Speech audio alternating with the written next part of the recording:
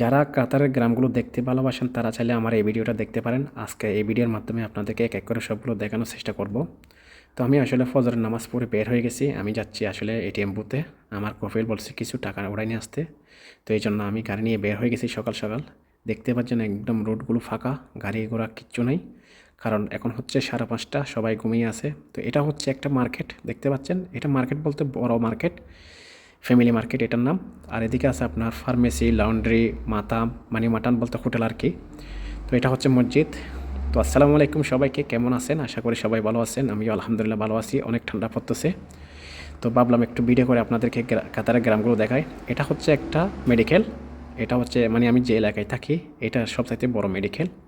তো দেখতে পাচ্ছেন রোডগুলো একদম ফাঁকা, গাড়ি ঘোড়া একদম নাই বললেই চলে। আমি শুধু একলাই আমি গাড়ি ড্রাইভ করতেছি। তো ঠান্ডাও পড়তেছে প্রচুর, অনেক ঠান্ডা পড়তেছে।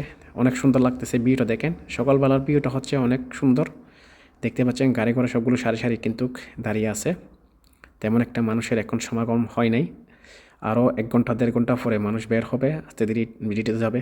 তো আমি দেখতে দেখতে দেখতে পাচ্ছেন আমি কাছাকাছি চলে আসছি এই টেম্পুতে। এটা একটা বড় মার্কেট। এখানে আপনার গ্যারেজ আছে, তারপর হচ্ছে মাতাম আছে, তারপর বুক স্টোর আছে, ফার্মেসি আছে, তারপর হচ্ছে সামনে একটা হচ্ছে পেট্রোল পাম্প। পেট্রোল মানে এখনও চালু হয় না, উদ্বোধন করবে আর কি। তো গাইস আমি দেখতে দেখতে এই টেম্পুদের কাছে চলে আসছি অলরেডি। এখন টাকাটা উড়াই নেব, তারপর বাড়িতে চলে যাব। তো কেমন হলো ভিডিওটা দেখতে অবশ্যই কমেন্ট করে জানাবেন। সবাই ভালো থাকবেন।